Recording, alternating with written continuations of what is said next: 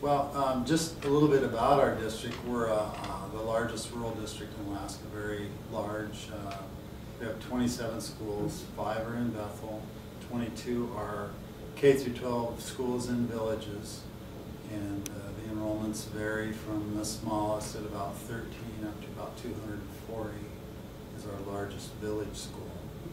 And so we're very diverse, very spread out.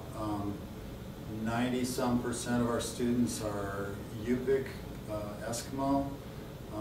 Large percentage are English language learners, limited English proficient. I think 90-some% are qualified for free and reduced meals. So there isn't a lot of cash economy in the region.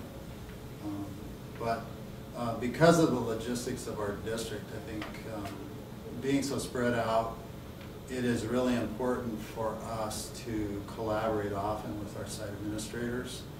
If we want something to happen, we need to work together to reach consensus on what it is so that we have commitment from everybody, because they'll feel like they've had a voice in the decision.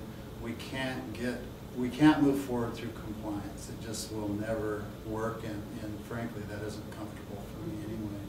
So I think initially, we had started with 3 main initiatives back in about 2009 or so. Kind of a real heavy emphasis on SIOP, Sheltered Instruction Observation Protocol, and trying to kind of reinvent our curriculum instruction system. We had a very heavy emphasis on school climate and kind of the PBS, or positive behavioral supports, and then what am I missing? RTI. We really wanted to get off the ground with RTI. We felt like that was a very important move. So we basically divided in, our site administrators divided into 3 groups to pilot the 3 different initiatives.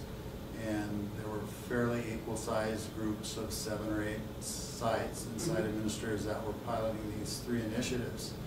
And toward the end of that year and into the next year, actually I guess it was nearly a couple of years, we started getting comments like, we don't really understand the direction that we're going with all of this. What is the vision of the district? Where are we headed? We have all these things going on, and we don't know which direction we're going. So at that point, I felt it was very important to pull it together into a common vision that we reached through collaboration, so that everybody had buy-in and felt that it was important, and then stick to it. Do not lose focus.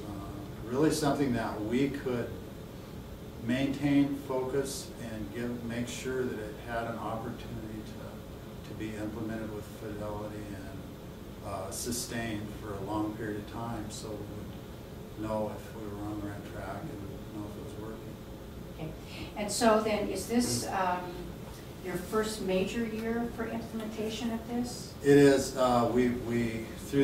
Throughout the year last year, I sort of had this idea that we could sit down in a 2-day meeting and bang this thing out, and we'd all be on the same page and have consensus. And it really took about 6 months of meetings. We meet probably every other month or so. And so I think it was probably 3 or 4 different meetings of 2 days each, full-blown, really intense, passionate meetings, very productive. And although it took much longer than I thought it would, I was really pleased with how things turned out. There were times when I was really doubtful that we were doing the right thing and wanted to pull my hair out, but by the end of it all, I'm very pleased with what we developed, and we wrote it into a document that we called the framework. It's actually the Curriculum Instruction and Assessment Framework. It has a longer, fancier title, but it's the framework, and it sort of defines all that. So the theory of going slow to go fast really resonates with you.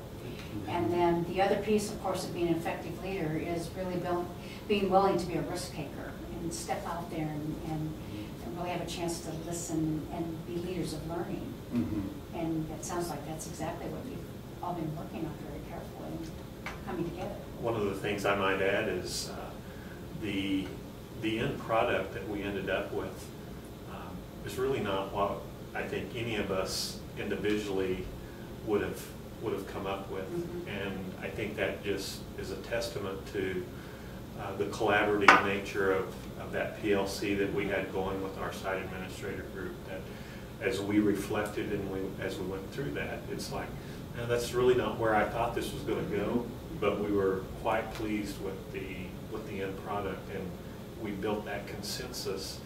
And while we had things that we knew that were in there that were kind of non-negotiables, because there were certain things we had to do from a compliance end, we built that commitment and that consensus by letting the entire group have a say in how it came together. So it was very positive and very productive, and as Gary said, at times very passionate, and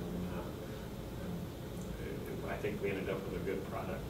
Okay. So the beauty of the whole process is that now that we're in year one of implementation, where all schools are involved with what were 3 different initiatives that they may have specialized in one of the 3. All of it now is part of an instructional package, a framework of operation.